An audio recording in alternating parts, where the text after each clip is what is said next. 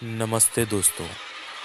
आज हम बताएंगे कि आखिर वो कौन से तंत्र मंत्र होते हैं और विद्याएं होती हैं जिससे तांत्रिक जिन, भूत, पिशाच और आत्माओं को अपने वश में करते हैं। बट उससे पहले, अगर आपने इस चैनल को अभी तक भी सब्सक्राइब नहीं किया है तो प्लीज़ सब्सक्राइब दिस चैनल।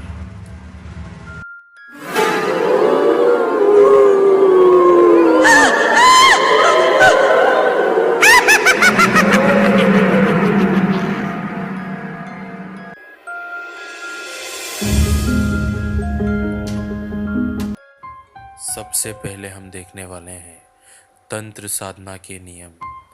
आखिर कौन से नियमों का आपको पालन करना होगा। सभी साधनाओं के नियम ऑलमोस्ट सेम ही होते हैं, जैसे कि ये सभी साधनाएं किसी एकांत स्थान या किसी विशेष स्थान पर की जाती हैं। इन साधनाओं के दौरान आपको अपने हाथ का बना हुआ भोजन ही करना होता है। इन साधनाओं को साधने के लिए आपके किसी गुरु का होना आवश्यक है। साथ ही साथ साफ सफाई और ब्रह्मचर्य का पालन करना भी बहुत आवश्यक है। तो चलिए देखते हैं कुछ ऐसी साधनाओं के बारे में जिसको तांत्रिक साधते हैं और भूत, प्रेत, जादू टोना ये सब काम करते हैं। जिन साधना। ऐसा कहा जाता है कि एक जिन 100 भूतों के बराबर होता है। इसे साध लेने पर साधक को जिन दिखाई देने लगता है और फिर वो जिन से अच्छे या बुरे कोई भी काम करवा सकता है। परी साधना।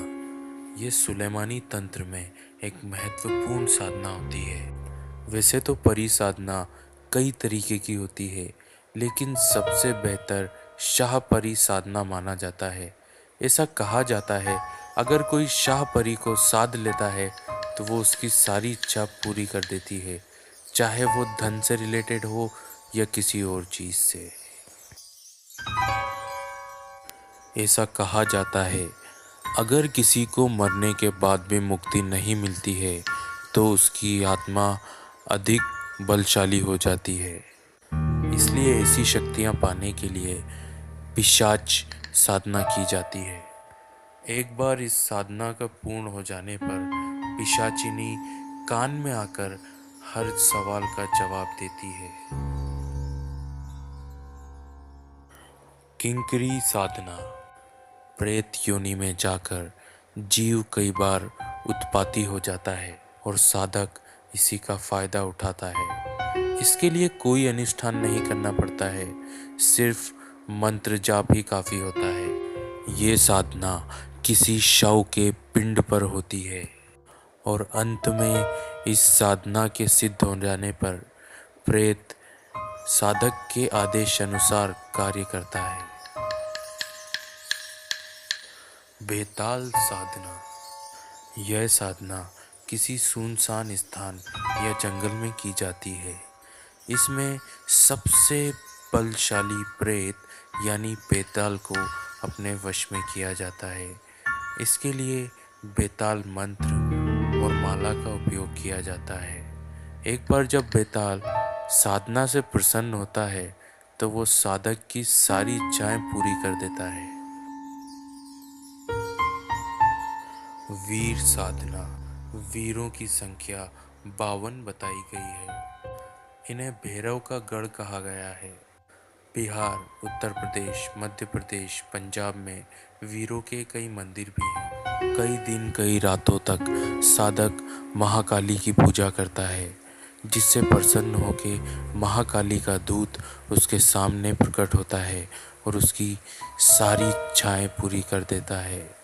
लेकिन इसको भी एकांत में या किसी जंगल में करना होता है। डाकिनी साधना या इसे डाकन साधना भी कहा जाता है। ये नाम सुनते ही किसी महिला का एक भयानक रूप हमारी आंखों के सामने आ जाता है।